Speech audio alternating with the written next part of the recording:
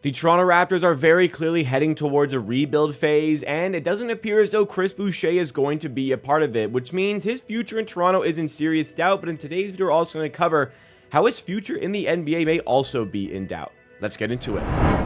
What's going on, everybody? Welcome back to Amateur Sports 2, the second channel in the Amateur Hour Production Network, where we go through additional Toronto Raptors content in videos just like this. Drop a like if you enjoy along the way. Subscribe for more. In today's video, we're focusing on Chris Boucher because it's a complicated situation ongoing right now with the player. He has certainly had his good moments and certainly he's had his bad moments in his time with the Toronto Raptors, but there is still some feeling as though he can contribute somewhere in the NBA. He's just got to find that destination and prove himself once he gets to that place. He proved himself to a decent degree when he did sign with the Toronto Raptors on a new contract. He had been flirting for a while with breaking into the team, and finally he did.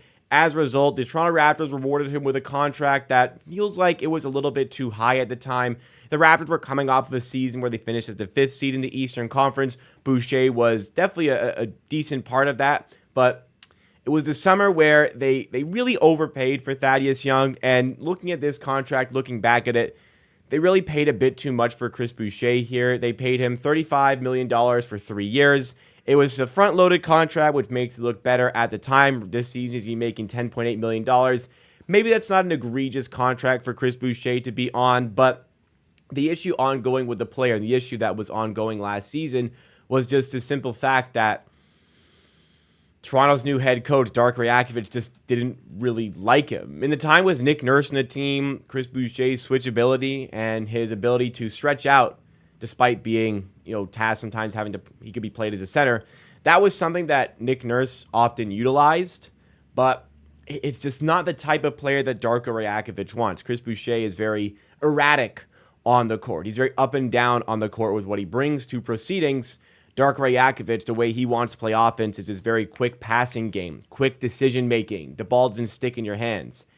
Maybe that doesn't really cater to what Chris Boucher brings to the floor. In the end, he did play 50 games for the Raptors last season. That included, that number, 50, also involved the fact that he missed a large portion of the end of the season due to an injury. But what's most notable about the lack of play time for the Raptors overall last season, dropping from 20 minutes per game down to 14 minutes per game. But as much as he played 50 games near the end of the season, before the injury, like when he got injured, he only just come back into the fold, only had just come back into the rotation. The Raptors were in a period where they were decimated by injuries and they were very clearly tanking.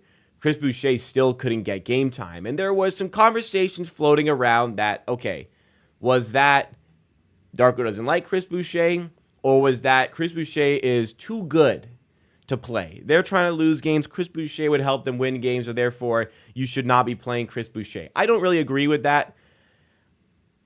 I think Darko is looking to win games. I always say organizations tank, but players certainly don't tank, and coaches usually don't tank either. Chris Boucher was in the lineups. If Darko felt as though Chris Boucher was going to help them win basketball games on the court, Chris Boucher would have been playing in some more basketball games. But that wasn't the case. And it feels as though his time with the Raptors is up, but the Raptors can't really trade him. If they could trade him, they probably would have done it at the 2024 NBA trade deadline. But a trade didn't materialize because he's just a difficult player to pencil in anywhere. That contract isn't fantastic. It's a bit difficult to move because the types of teams that would be interested in him would be the better teams. He's more of a complementary piece because he can space the floor a little bit on offense with his three-point shooting. Last season, shot the ball 33% from three. That was similar to the season before where he shot 33% from three. He had a down year the year before that, had a really good year in the bubble shooting 38% from three, but that seems like the anomaly. He's consistently about a 33% three-point shooter, which is fine coming off the bench for some good teams. And what's also good about Boucher's game is that he rebounds really well, especially on the offensive glass where he can make some noise. So for teams who play this very maybe analytically driven style of basketball where they're taking a good amount of three-pointers, having Chris Boucher to crash the glass on offense is something that could be significant. But on the wrong side of 30, this just isn't the type of player that maybe lesser teams would want. And for the good teams, my point being, they just don't really have these sorts of contracts that could match salary for Boucher. That contract just doesn't really exist on those teams. And if it does, it's probably a player they want to hang on to because that's not very expensive. So, teams like Boston, I think, should have been interested, and they probably were, but no trade could really materialize. And teams like the Oklahoma City Thunder, honestly, I think could be interested just because of the size and the rebounding he could bring to their offense. But no trade has happened as of yet, and honestly, I'd be a little bit surprised if it did happen over the course of the season for all the reasons that I've just amplified over the course of the video. So for me, going into the season, it's an unfortunate spot for Boucher. He's in a contract year. I don't think the coach in Toronto really wants to use him. And it feels as though it's a bit difficult to find a role for him around the league. Because in the end, even if he does end up on a good team, sure, there could be a role for him somewhere. His three-point consistency and decision-making consistency, which has not been consistent in his time with the Raptors, could pose a threat to his ability to carve out a role of any significance somewhere. So I think he's done a great job of building his NBA career to this point. Was on the Raptors roster when they won the NBA championship, did feature in the playoffs. I actually am not sure. He is listed as a two-time NBA champ. I'm not sure if he actually had any role in the Golden State Warriors championship in 2018, but nonetheless, he's listed as a two-time NBA champion. At the very least, he was one with the Toronto Raptors. He's carved out a multi-year career, which is very difficult to do. And as much as though I feel like he's made his money at this point, he made that big $35 billion contract. I don't think another big contract is on the way for the player. I think there's teams willing to take on a player like Boucher on a minimum salary for the reasons that I've showcased over the course of today's stream.